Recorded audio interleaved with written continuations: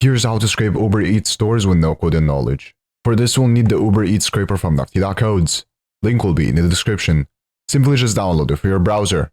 Next, press stores in the list. As you can see, we extracted the stores in this list. To extract more, simply scroll down. Then press show more.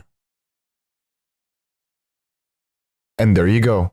Alternatively, you can use the auto function, which will auto scroll for you and add the data to the list.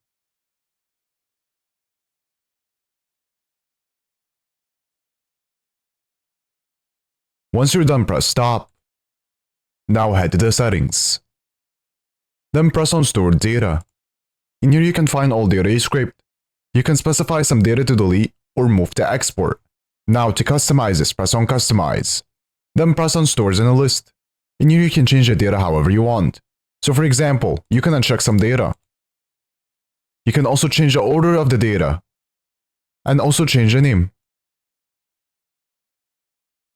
And also add a criteria to only scrape the products you are looking for.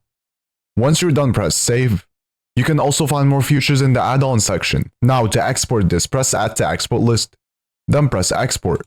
You can export it in many different ways. I will export as HTML. After exporting, here's the data we extracted.